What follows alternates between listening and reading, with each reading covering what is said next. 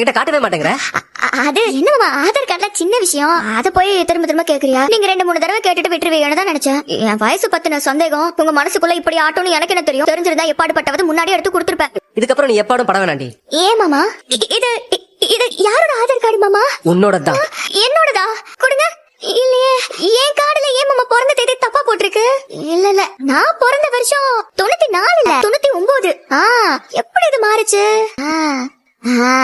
என்னை மாட்டி விடணும்னு நீங்க தான் எதையோ நம்பரை மாத்தி போட்டிருக்கீங்க. ஏய், கேவலமா நடிக்காதடி. பொய் சொல்றது, நம்பரை மாத்துறது, ஒரு கோடு பக்கத்துல இன்னொரு கோடு போட்டு பிரெக்னெண்டா இருக்கான்னு சொல்லி பொய் சொல்றது, இதெல்லாம் உன்னோட வேலை, என்னோட வேலை கிடையாது. என்னமாமா இப்படி வாய்க்கு வந்தபடி எல்லாம் பேசுறீங்க?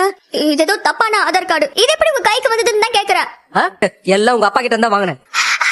அப்பா கிட்ட இருந்து வாங்கினீங்களா? அப்பா கிட்ட இருக்க கார்டுல எப்படி பிறந்த தேதி தப்பா வந்திருக்கு? அது அவர் ஏதோ மாத்தி கொடுத்திருக்காருன்னு நினைக்கிறேன் மாமா. அதான் மாத்தி வந்து அடிச்சு பல்லகள் எல்லாம் கழட்டிடுவேன். மாமா என்னடி உங்க அப்பா வருஷத்துக்கு ஒரு கார்டு எடுத்து பாக்கெட்ல வச்சு சுத்திட்டு இருக்காரா? இல்ல மாமா, அது வந்து இது. ஏய், எம்புட்டு கேவலமா நாளா இருக்க நீ. ஐயோ மாமா, அப்படி இல்ல மாமா, நீங்க தப்பா புரிஞ்சுக்கிட்டு இருக்கீங்க.